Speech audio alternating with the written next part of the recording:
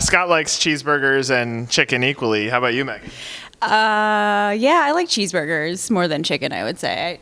I would duel with him over that for sure. Coming up next on the 8th, we're going to talk about Checkers, which also serves cheeseburgers.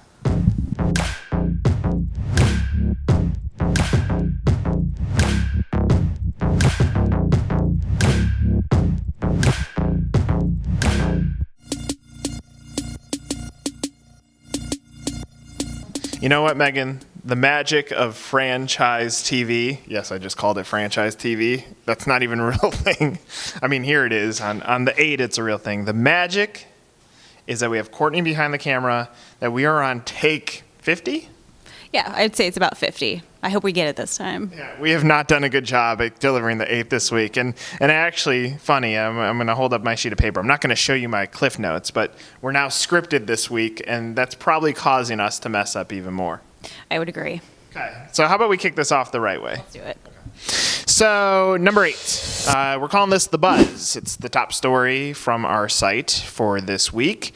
Newsday has reported that Checkers is planning to open 12 locations in Long Island. It's interesting to look at a brand like Checkers, which you, as a viewer or a reader, can go to checkers.1851franchise.com to read all the news on Checkers. But it's interesting to watch how much they've grown in New York City. When we started working with the brand 7 years ago, New York City was just a tiny, tiny little blip on their radar, and now it's a major market for them. And now Long Island and New York City and expanding out statewide. This is a brand that showed what happens when you grow in a concentric circle. They're doing a great job. Be sure to read their story. We're calling that The Buzz. Number 7, brand of the week. We're going to do 5 comments on 2 Men in a Truck. So I'll just kick it off and give you the 5 quick comments. And Megan, you can just end this, and I'll give you the time to think about what you're going to say this time. Okay.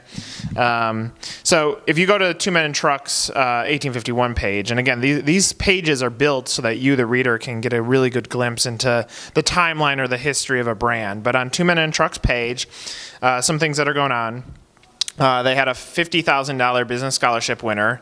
A great example of a brand that's given back to their internal community and making sure that they're taking care of their employees. They have stories on Halloween box costumes, which shows a good consumer positioning. Tons of media coverage on their site. You can look in the trending section, and Wall Street Journal reported that TMT is actually really aiding the job report, and that's foreseen or seen in their growth. There's a story about All-Star franchisee Mike Lally, who opened in 2004. What's cool about that, 12 years later, he has 7 territories and employs more than 250 people. A great story for you, the prospective franchisee. If you want to be like someone, Mike is someone to follow. And then franchisees prepare to complete 5,400 moves in a single weekend. So showing the consumer positioning as it relates back to sales. Megan, you've covered a lot with 2 Men in a Truck. What have you liked about their brand?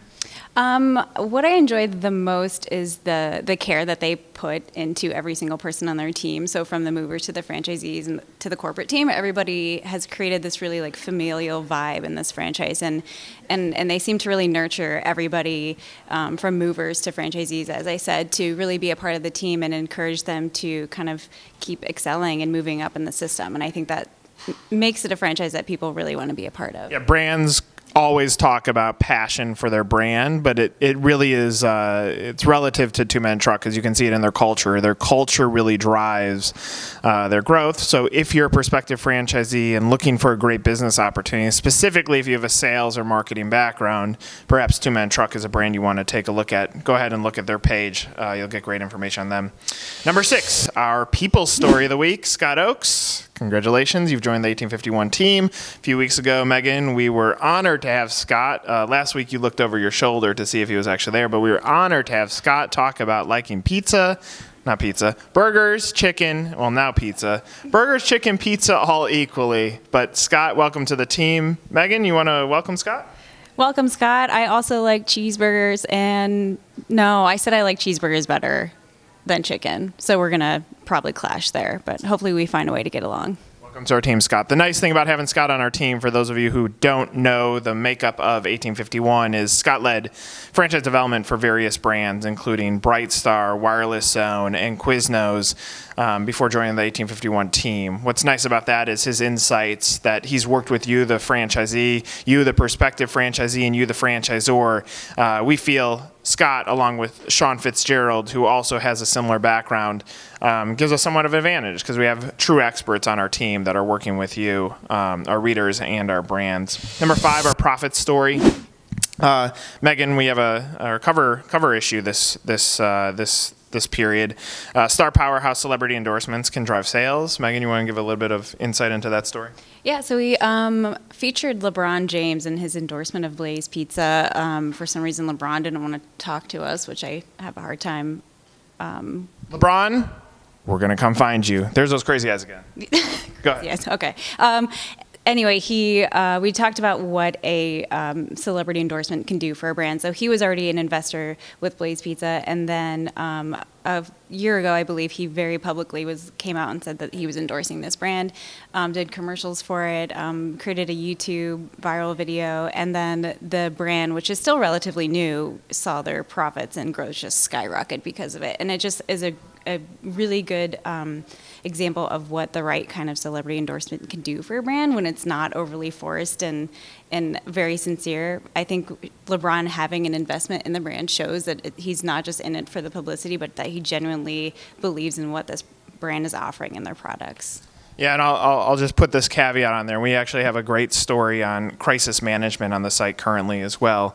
The negative with celebrity endorsements or athlete endorsements is that you're going to ride the history of that athlete or that celebrity. So if something bad happens in the media with that athlete, unfortunately, that can bring your brand down as well. So it's something that you still want to walk the line carefully with. I think Blaze was smart in partnering with LeBron James. You can see Papa John's partnering with Peyton Manning, and J.J. Watt has been in some of their commercials. Subway, historically great at partnering with some athletes and putting them front and center. LeBron James actually being an investor in the brand probably adds a little bit more to it because it's really his money at risk. But athletes, celebrities, and franchising will continue to be sexy for specifically franchise growth because it gives them another hook on why they're going to convince you on why you should join the brand. Places story, we have tons of great growth stories in the Places section. If you scroll to the bottom of our site and you click Places, you can see some great growth stories. Philly Pretzel Factory, Right at Home, Dairy Queen are the main stories that are up this week. For you brands out there that are growing, be sure to send us the growth announcements, and we'll make sure that you're in the Places section. Here at No Limit and 1851, we're glad to cover any brand, so please send those over. Columns, the trending story is written by Troy Kehoe, who's a member of the No Limit agency staff. He wrote a story on cultivating a marathon mindset. Megan, some thoughts into Troy's story? Yeah, so he talked about how you sometimes need to put yourself in really challenging positions. Like, obviously running a marathon is not the most pleasant experience, but you do it because of what you hope to achieve, to show that you can push yourself and go outside your comfort zone. And the point of that being, in whatever you do, whether it's a marathon or in business or in life or whatever, that sometimes the things that are really worth celebrating are the things that are often the hardest to achieve. And I think that's a really valuable lesson in just about everything you do. It's a great column. It's trending on our site. Be sure to check that out. In the media, Sweet Tomatoes and Don Pablo's filed for bankruptcy this week. Two notable brands downsizing or running into some financial risks. It's just that time of year. We tend to see a lot of bankruptcies at this point as the year ends that sometimes growth projections didn't hit. Two stories on our site. Both of those stories come out of Nation's Restaurant News, but good feedback for knowing that brands can go up and down. And finally, number 1, our power rankings. Through October 1st, Smoothie King jumped 3 spots to the top spot for this week. Famous Toastery jumped 8 spots to our number 2 spot in our power rankings. Buffalo Wings and Rings dropped 2 spots to number 3. Checkers came out of nowhere. They were unranked a week ago to number 4. And Pita Pit, also unranked a week ago, came to number 5 to close out the top 5. If you look up on the top of our site, you can find our power rankings. The idea behind power rankings is to take the brands that are trending, the stories that are being shared and read the most, to see what part of our audience is engaging with what brands the most, and it gives you a good insight into the brands that seem hot for that week. So be sure to check out the 5.